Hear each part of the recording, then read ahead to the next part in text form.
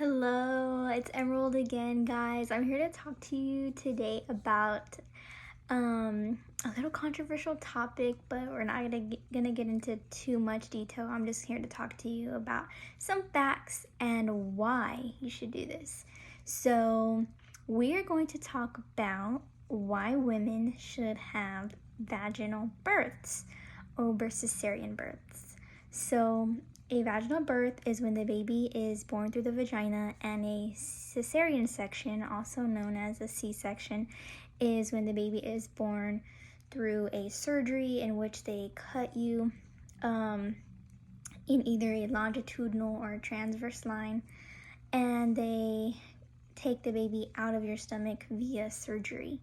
So, with that being said, a cesarean section is a surgery, and when women give birth to their baby via a C-section, there are three risks that I want to talk to you today that can be avoided if we were to have a vaginal birth.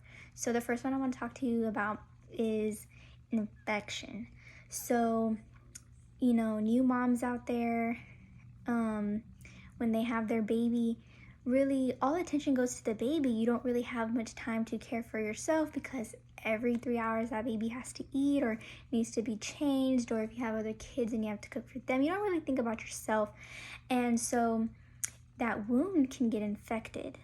And if it's not taken care of, it can turn into sepsis. What that means, when it spreads all over your body, it can be a whole mess.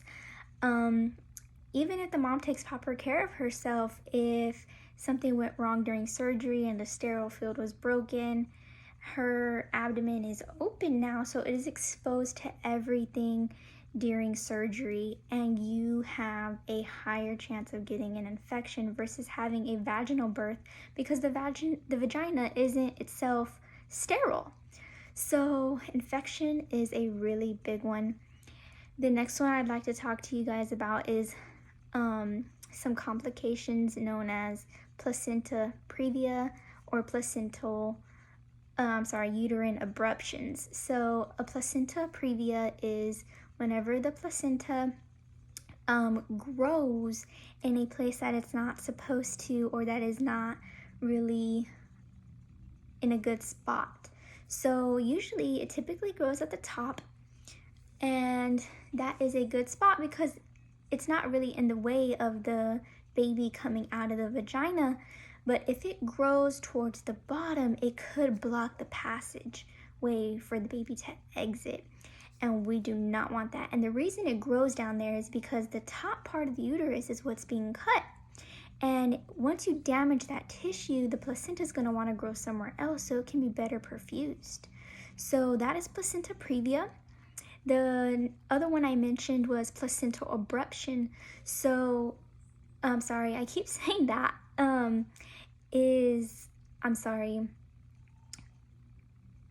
Uterine abruption. So the uterus can rupture. So imagine a balloon.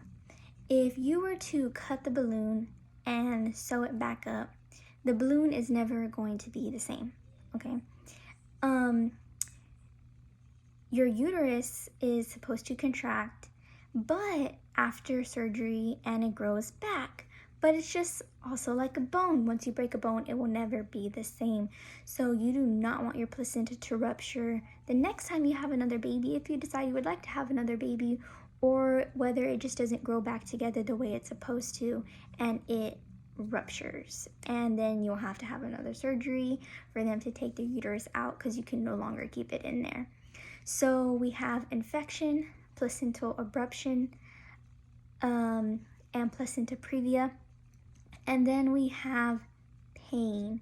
So what a lot of women don't know is that, yes, it's okay to have a C-section in certain situations where, your baby's life is at risk or your life is at risk. I'm not saying never have a C-section. What I'm saying is sometimes having a vaginal birth versus a cesarean birth is so much better, and that is because of the reasons I just mentioned and pain. So your body was designed to give birth via the vagina. If you give birth via a C-section, it's going to take longer to heal than the vagina would take to heal after a vaginal birth. So think about that pain the next time you choose to have a C-section. Just let these cross your mind.